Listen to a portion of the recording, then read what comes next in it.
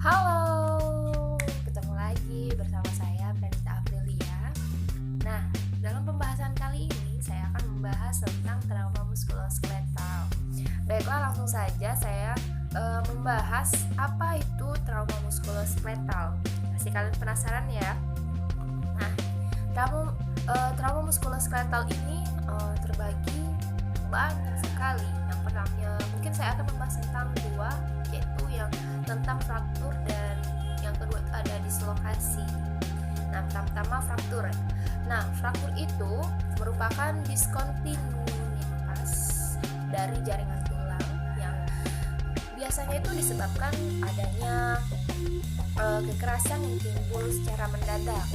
Nah, ini juga fraktur ini juga bisa terjadi akibat trauma langsung maupun trauma tidak langsung. Nah, untuk gambaran klinisnya sendiri, fraktur meliputi nyeri di atas atau di dekat tulang yang fraktur. Ini juga bisa misalnya itu pembengkakan atau darah dari limfe dan eksudat yang menginfiltrasi jaringan dan gangguan eksimosis, nyeri, tekan dan krepitas. Nah, fraktur juga bisa terjadi karena patahan tulang, di mana tulang tetap berada di dalam atau bisa kita sebut dengan fraktur tertutup dan luar dari kulit atau bisa kita sebut dengan fraktur terbuka. Nah, untuk fraktur terbuka sendiri adalah fraktur ujung tulang yang sangat tajam dapat menyebabkan kerusakan jaringan lunak di sekitaran patahan tulang. Nah, maka itu bisa menyebabkan perdarahan yang banyak. Nah, sangat penting untuk mengetahui keadaannya luka di dekat patahan tulang karena dapat menjadi pintu masuk dari kontaminasi dengan kuman. Nah, maka dari itu, untuk selanjutnya itu ada fraktur tertutup pada femur dapat menyebabkan juga perdarahan yang banyak dan dapat mengancam nyawa. Nah, pada fraktur pelvis dapat terjadi beberapa fragmen fraktur dan beberapa tempat dan setiap fraktur dapat menyebabkan kehilangan darah yang banyak.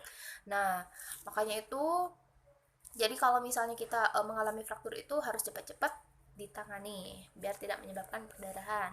Nah, untuk yang kedua itu saya akan membahas tentang dislokasi. Yang dimana juga kita ketahui dislokasi itu bisa menimbulkan rasa nyeri yang sangat hebat. Nah, dislokasi sangat mudah dikenal dengan adanya perubahan dari anatomi yang normal. Dislokasi sendi umumnya tidak mengancam nyawa, tapi memerlukan tindakan darurat. Sangat sulit diketahui apakah fraktur disertai dengan dislokasi atau tidak. Nah, maka dari itu sangat penting untuk mengetahui denyut nadi, gerakan, dan adanya gangguan persyarapan distal dan dislokasi. Nah, adapun untuk tanda-tanda untuk mengetahui fraktur itu memiliki tanda-tanda. Nah, sebagai berikut tanda-tanda fraktur itu yang pertama ada nyeri, ada deformitas berubah bentuk, ada krepitas, ada bengkak, daerah fraktur mengalami peningkatan ekimosis, kehilangan fungsi. Nah, itu sekilas untuk tanda-tanda nyeri. Nah, kalau di sini juga saya akan menjelaskan tentang sedikit saya akan singgung tentang komplikasinya ya.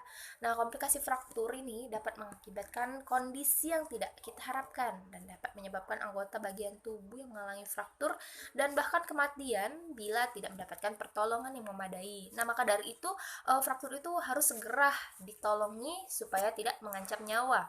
Karena tadi kan sudah saya singgung tadi karena perdarahan itu terlalu banyak. Nah, maka dari itu bisa mengancam nyawa. Nah, lanjut karena tadi kan yang pertolongan tidak memadai. Nah, karena tulang mengandung banyak pembuluh darah, maka fraktur akan menyebabkan putusnya pembuluh-pembuluh darah sehingga berakibat terjadinya hematom di sekitar area fraktur. Nah, pada kondisi tertutup, fraktur femur dan fraktur pelvis merupakan kondisi kegawatan yang harus segera mendapatkan penanganan karena pendarahan yang banyak terjadi.